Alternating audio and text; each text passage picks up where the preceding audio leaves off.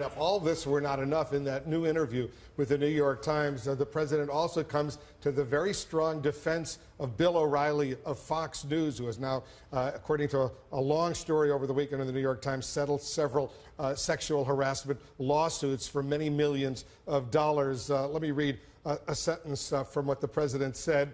I think he's a person I know well. He's a good person. I think he shouldn't have settled. Personally, I think he shouldn't have settled because you should have taken it all the way. I don't think Bill did anything wrong. You know, and that's going to cause a bit of an uproar, shall we say, as well. You know, talk about the education of Donald Trump becoming president.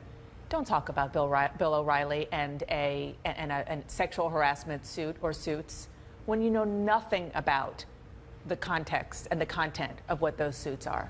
Okay, it's nice that he's a loyal friend. It's nice that they've known each other for years and years, and he's coming to his defense. But he's the president of the United States.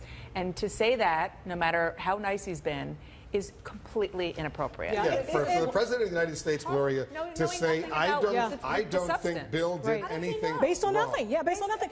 And this is after the White House made a big showing of Women's History Month and how welcoming it was to women, and talking about Ivanka Trump and empowering women and economic empowering of women. And for him to come out and essentially say there's no there in terms of these women, it's troubling, and he should have said no comment. I mean, I do think there is background here. He himself, Donald Trump, I mean, we all remember the Access Hollywood tape and the things he was saying on that tape, and some of the accusations leveled at him. So he probably should have just passed on this question. He was also loyal to Roger Ailes and giving Roger Ailes advice privately during the campaign. There's a sort of boys will be bullied. The former leader of The Fox News who was removed.